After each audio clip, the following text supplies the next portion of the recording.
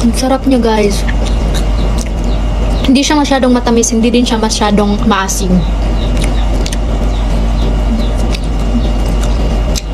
Sarap niya.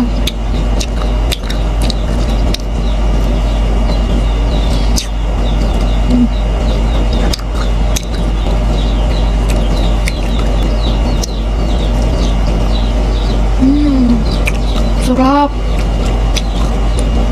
So, this is from Chokmet Dried Mango. So, guys, ang sarap niya. Kailangan nyo itong matry kasi ang sarap niya talaga. Promise, hindi siya nakakasawa. Tapos, malaki na rin siya kasi isang mangga talaga to ang nandito, guys. Sarap niya, promise, guys. Kaya kung gusto nyo itong itry, guys, bili na kayo dyan sa Yellow Basket. Lalo na naka buy one take one sila ngayon.